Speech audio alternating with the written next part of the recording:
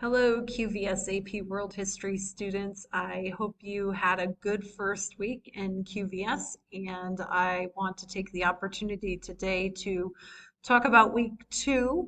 But before we do that, one feature of an AP course that I really want to emphasize is pacing. So you choose to take an AP course to prepare for the AP exam at the end of the year. And because of that, there's a certain amount of material that we must cover so that you're properly prepared for that exam. And in doing so, we have to move very, very quickly. I need for you to get really comfortable in the course, especially with the pacing, so that we can move swiftly through the different periods that we will study in AP World History. The first period that we are engaged in is from 1200 to 1450. Now, we will have two essential units over this time period, but the content in each of those units is different, and we need to get through the first unit in this 4-week period. And you can't save everything to the last week because you will be crunched for time and there will be a lot of pressure and anxiety. So pacing is very important. In an AP course, generally speaking, we ask for our students to spend anywhere between an hour and a half to 2 hours per day. There's a lot of content to cover in AP World History, so you might find yourself leaning more towards the 2 hour per day mark.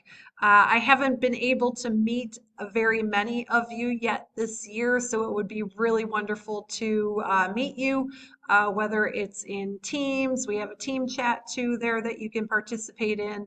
I can meet you in Teams, or we can Skype.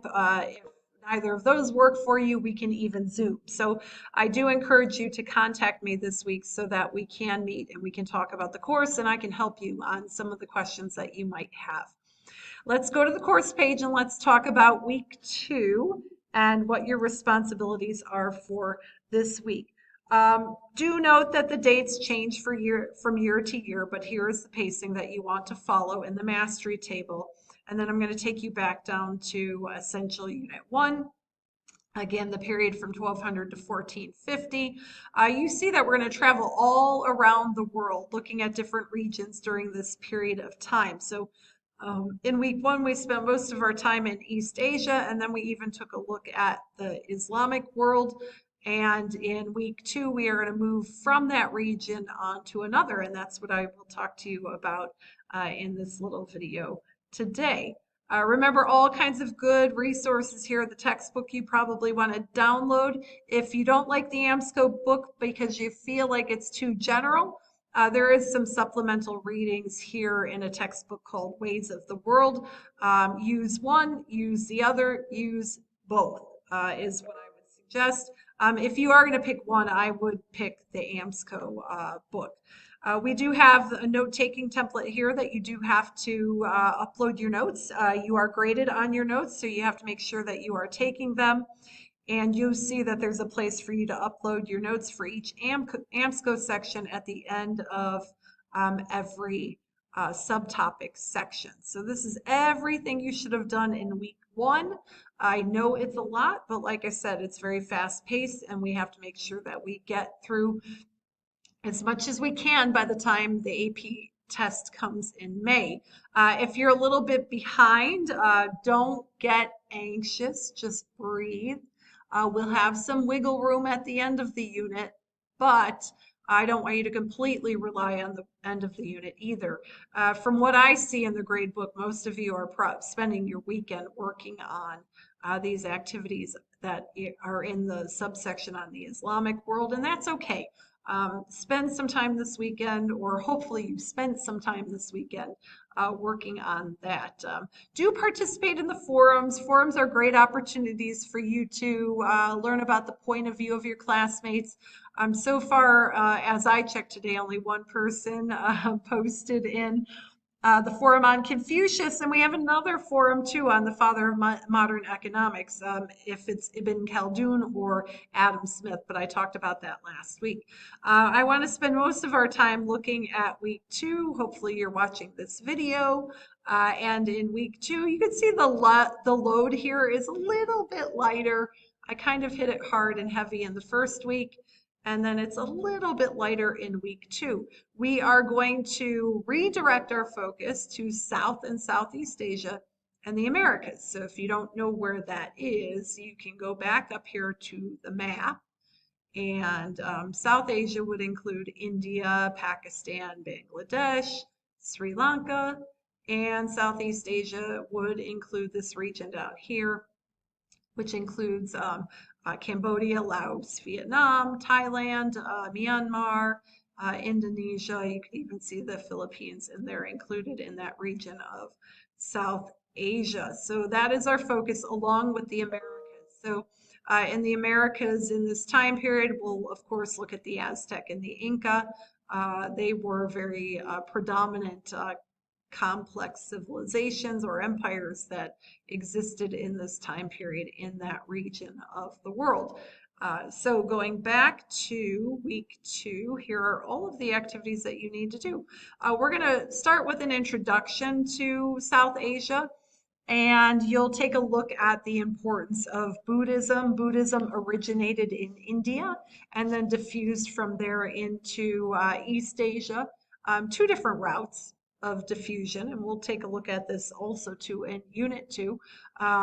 It traveled north into the east into China and Korea and Japan, and Buddhism traveled south through Sri Lanka into Southeast Asia.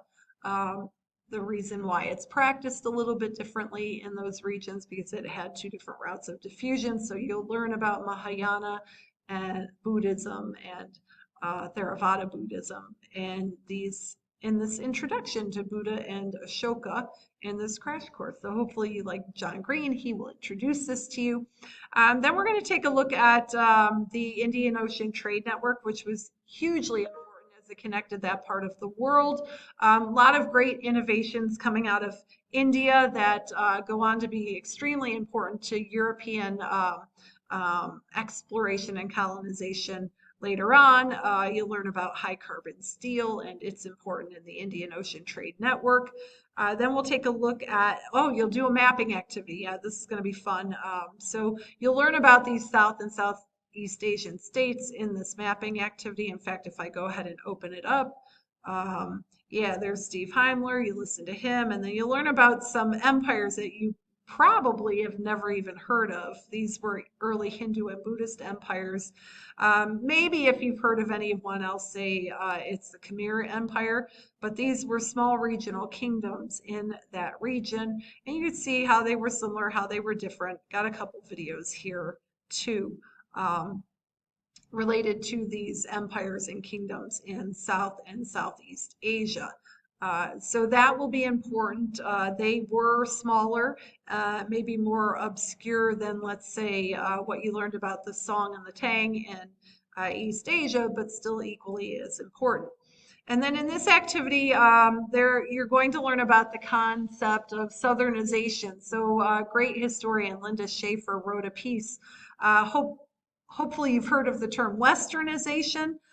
She made an argument for what was called Southernization. So as the Western world today has spread its influence around the world, lots of people listen to American music, lots of people watch American film, and other forms of popular culture. Well, she makes the argument during this period, 1200 to 1450, there was a phenomena that she refers to as Southernization. So all of these innovations that made the world what it was in this period and even beyond has a lot to do with great innovations coming out of India. So this is a great article to read, and then we'll have a little forum discussion on it.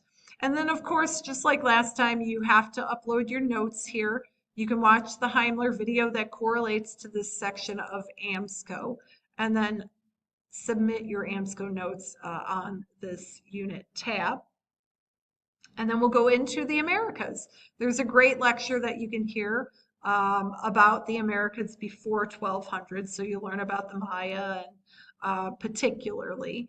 And then there's an activity where you'll look at the different empires that existed by doing a little comparative analysis. You're going to do a Jamboard map, which it's a fun way to present your work digitally. And I've got all kinds of resources here for you to include on your Jamboard.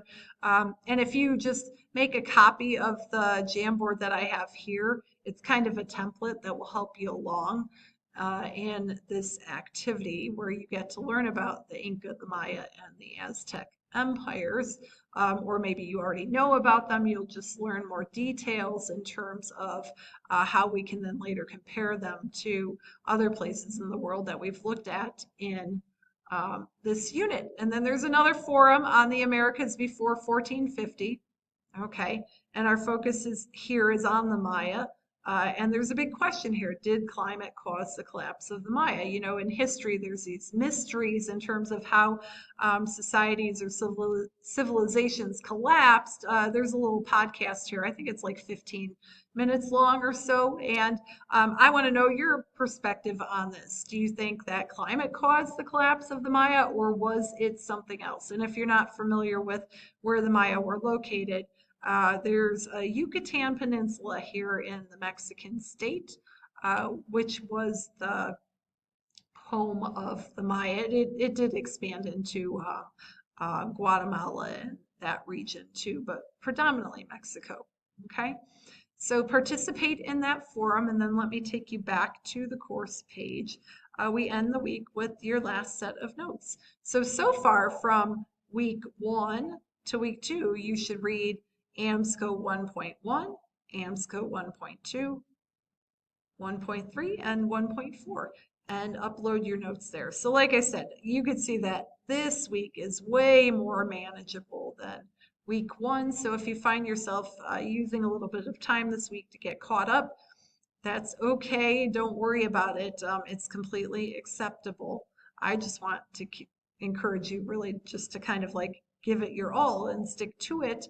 And you can see that next week we're going to focus on Africa and Europe. And then you could see that week 4 is the week that we are going to have the test. And other than studying for the test and taking that test, you can see that there's not a lot of work or extra work or assignments there. Okay. Next week in my video, I'll talk about grades. I should bring me back to full screen. Next week in the video, I'll talk about grades and the threshold for a B and the difference between a B and an A.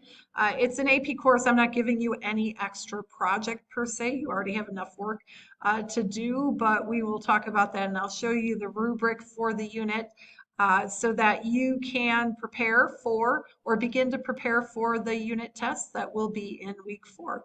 Anyway, that's it. Please reach out to me. I can't wait to meet all of you. I know that there's still a few who I didn't get to connect with in week 1, and I look forward to doing that in week 2. Plus, ask your questions in the Teams chat. I'm happy to help you in any way that I can. Have a good week. Bye.